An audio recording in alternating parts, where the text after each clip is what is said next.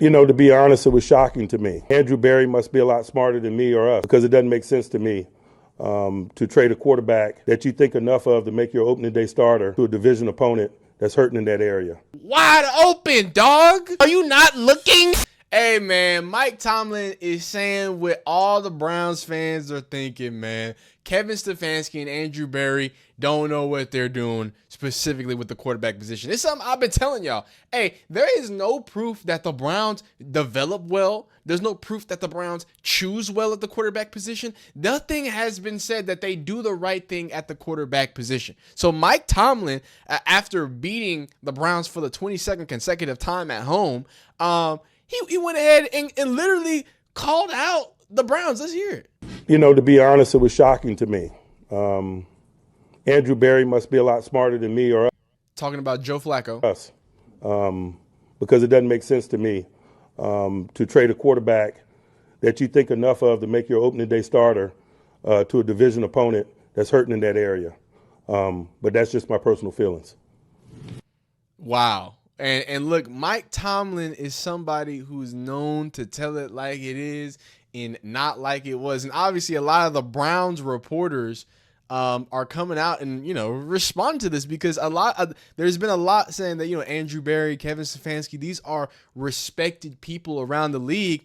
Mike Tomlin took a direct shot and said, hey, and this is what I said. I don't know if y'all remember my 1,000 videos that I made, but one of my videos, I was like, so you're telling me that the same player that y'all fought tooth and nail to start the first day of the season, he's a leader. Remember, I was telling you, I was like, Kevin Stefanski just got off saying that the only reason Joe Flacco is QB2, or at least alluding to it, is that, hey, Joe Flacco's a captain. Joe Flacco's a leader. Joe Flacco has intangibles that it goes beyond playing football. And, I bought the BS. I tried to, I tried to tell my Shedeur fans, I was like, yo, we like Joe Flacco. We still like Joe Flacco. So maybe it's just the best. It's patient. He gets to talk to Joe. Joe's always talking to Shedeur. It's an open, positive relationship. And then they just ship him out of town and they throw Dylan Gabriel to the Wolves. How is that positive for anything? That it seems like there's either a disconnect or they don't have a plan. Joe Flacco was supposed to be the bridge. Even if he was playing bad, it's because of the offense. Because he went over in the Bengals and threw 2 touchdowns. Easy. Didn't throw no interceptions. Joe Flacco was top 3 in interceptions thrown after not starting a game or two. And it then goes to the Bengals offense with worse offensive line play. Better wide receivers, though. And somehow throws no interceptions and 2 touchdowns. And I think he scored more than 18 points. Holy moly. But anyway, not the point. Kevin Stefanski, obviously they asked him about that, and he says, I have no comment on that. That is tough. That's really, really tough. And, it's one thing when some dude, right, some dude who yells at mics, I say, hey, it doesn't make sense. There's a long history of the Browns making bad decisions for the quarterback. Hey, guys, why would, and this is for me defending people who want Shedeur, because I don't want Shedeur, because I think Kevin Stefanski is so bad of a coach that he might ruin Shedeur. That's why I need Shedeur Kevin Stefanski to get fired first. And just for no reason, I don't know, I'm not sure if y'all know, Brian Callahan got fired. I am going to do a separate video for this to my Titans fans. Hey, Titans fans, congratulations. Brian Callahan had a 4-19 record. You know who else has gone 4-19 since the start of last season? Just saying, Kevin Stefanski. But that'll be a separate video. We'll do a separate video on that. But yeah, man, it's a very obvious thing that they don't know what they're doing. So once Kevin Stefanski gets up out of there, once a new offensive regime gets up out of there, then Shedeur can walk in and do what he does the way he does. But right now, this is a regime that reached on Dylan Gabriel. I'm going to keep saying this because y'all think I'm on some, I'm just a Shedeur. No, I'm a football fan. I'm talking about asset mismanagement. Forget Shedeur. Don't draft Shedeur. Get Dylan Gabriel in the 4th round, and maybe you get a tackle in the 3rd. Maybe you get a rotational guard in the third. Maybe you get a cornerback, a linebacker, any of the positions that by preseason you are already light on. But no, you carried 15 quarterbacks on the roster. Deshaun Watson is posting hype up videos every 15 days. Like they did this to themselves. The Browns did this to themselves. They are the only people who thought that Joe Flacco was the one to take them over the top. Then you get caught in a lie saying that Joe Flacco, he provides all this stuff. Then why would you trade him if he provides all these intangibles? So there's either no plan or a bad plan. But I do want to, before we go too deep, because we are going to listen to, Kevin Stefanski speak about a little more. He was at, he had media. I just want to connect some dots though. I just want y'all to be aware. This is April 22nd, 2025. This is what happened when Mike Tomlin was asked about Shedeur Sanders. I'm just putting this out there. I think the things that stood out were evident in this video. There's a toughness there that doesn't get talked about enough. There's a competitive spirit there that doesn't get talked about enough. I know he's very talented and has made a lot of plays for his university and his team. But the intangible qualities displayed on tape were impressive. So, I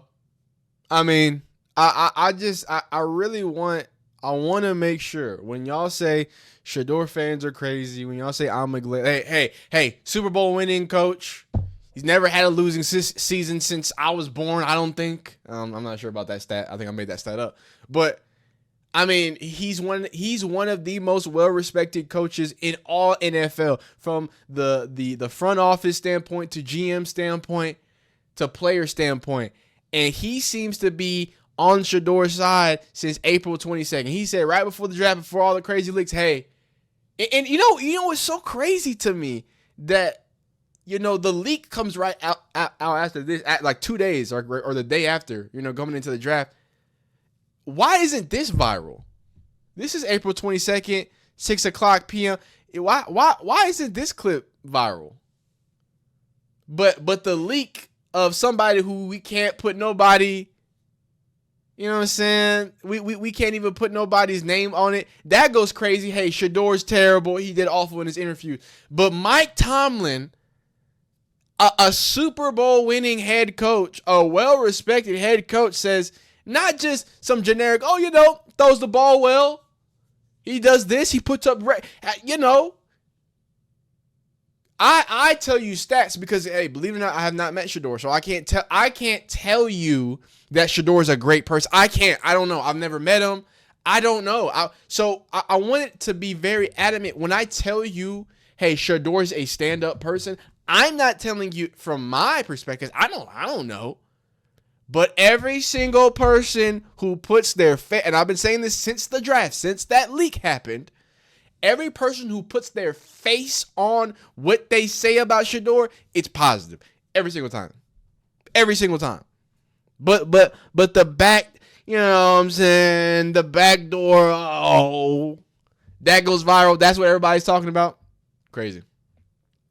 And then, give you a little more context again. And then, April 22nd, people told me, people love to say, well, why do people think Shedeur is a first-round talent? I don't know. Because the Giants have not closed the door on taking Shedeur Sanders. I know the Giants do have a fondness for Shedeur Sanders. And if you're going to take him at 15 or 18 or 19, if this is the quarterback of your future, there is a feeling of just take him at 3. Just take him where you have him. Don't get cute. Take him when you have him. If you like him, that's your guy. They obviously have been to his pro day. 13 different people from the organization came. They have been to multiple Colorado Buffalo games. They have been to practices. And not only did they have them in for a visit, they then took them out to dinner in New Jersey. And then last week, to just make sure one more time, they went out to Boulder again. The issue with this is that they've done the same exact work and put the same exact personnel behind Jackson Dart. They have sent everyone to the pro day at Jackson Dart.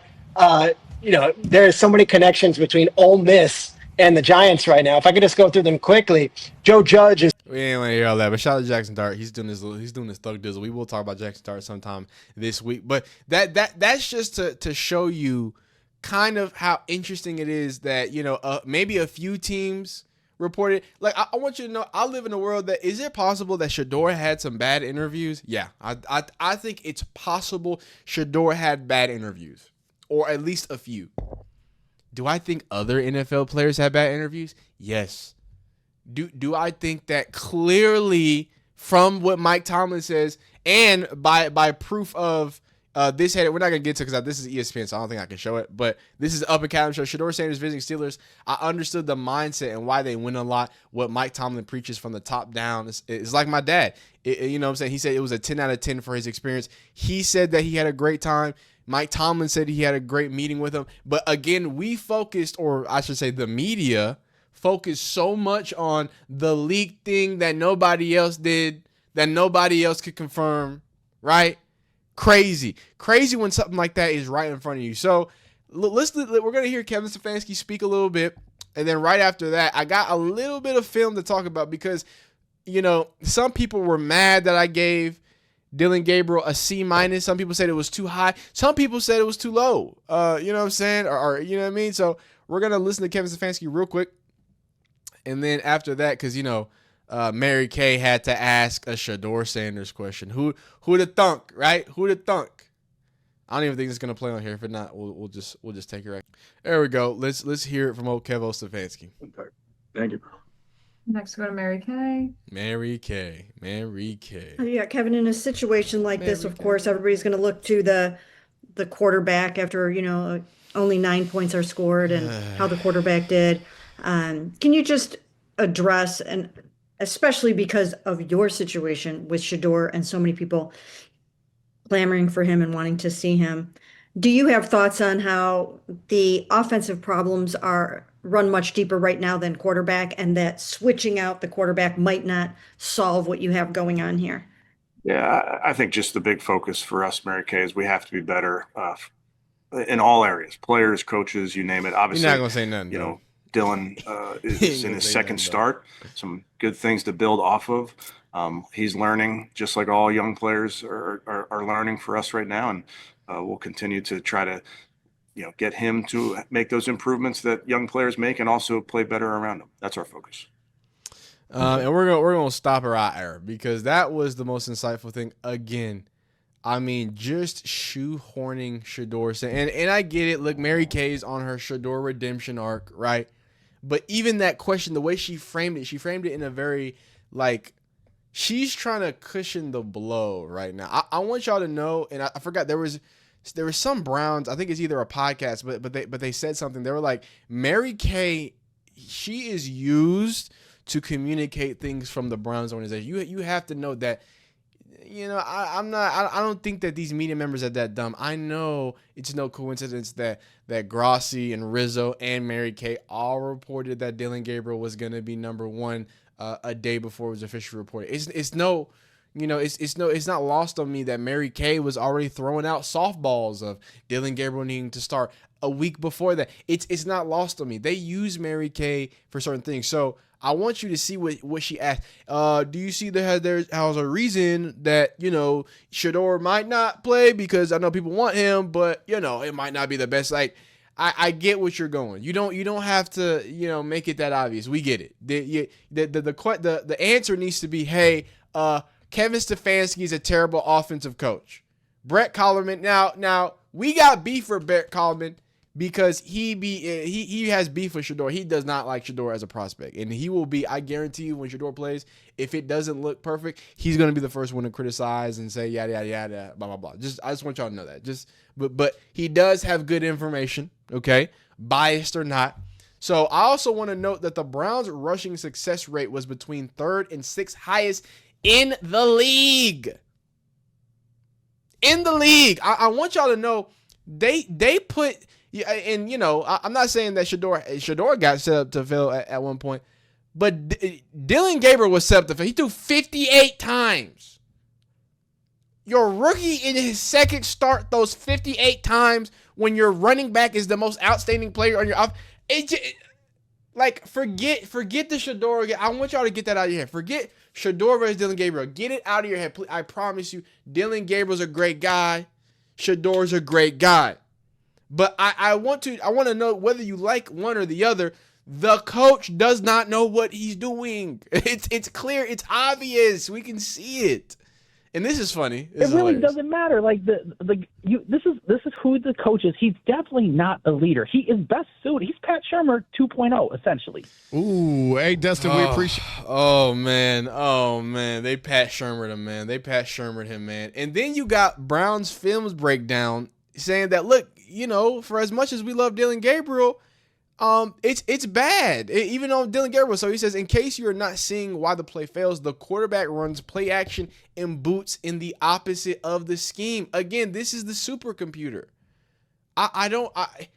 Y'all set Dylan Gabriel up for failure when y'all said he was a processor. When y'all said that this offensive scheme, y'all, that's what they told us. I showed you it. I showed you, and now I look stupid. I said, hey, look, Dylan Gabriel has been running this offense since college. Will Stein's wide zone offense. He's going to be the most familiar with this style of offense that Kevin Stefanski runs. It's similar, bada bing, bada boom.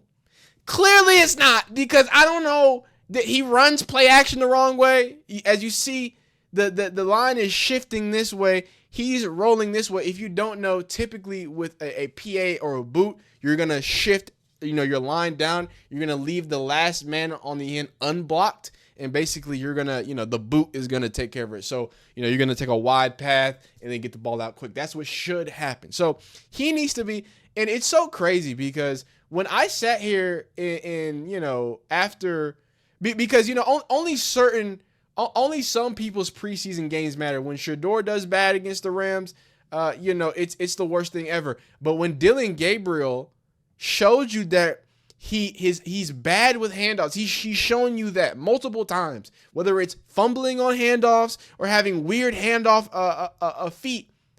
This is the fundamentals that he's supposed to have. These are the fundamentals I expected him to have. Look, I mean, of course. This is their guy. They know his system, right? Well, the running back's right. The line is, I don't know if you can see, the line is going this way too. Now watch the routes, because that's another important part of it. Now look at the routes. So he should be here with this dig open, right? Because this way. I'll apologize because he's mixing it. He got me confused. He should be going here, right? He should be going towards this sideline up top here with the films, the breakdown films. He should be rolling this way after handing off, and he should be finding Jerry Jeudy right here. Okay, let me show you again. Watch the line. The line's going to come down this way. Harold Fannon's going to help block. He's actually going to help block on this way. So that's how you know, because they're all going this way. He's going this way to help. He's probably supposed to chip and release and go out here in the flat to give him some help. So he needs to stick his mullet right here and get a ball fake. Now, funny enough, he fakes it wrong, and they're still, they get really good depth. So this should be here. This is a dig. So it's there. And then here's my question. Either he thinks that like everything is flipped and he thinks that Jerry Jeudy is running this route. That has to be it, because he's open. And now he's off of it. Where are you going? This is a max protect. 1, 2, 3, 4, 5, 6, 7. This is a max protect boot. What do you there's no other routes. It's Jerry Jeudy, it's Isaiah Bond. That's it. Let's go back to the beginning of the play. Do y'all see anybody else? No, there's nobody, and you can see the depth here. There is nobody else out on the screen. The supercomputer messes up the play, and then you mess up that happens all the time. People mess up play action. But wide open, dog. You're hitching.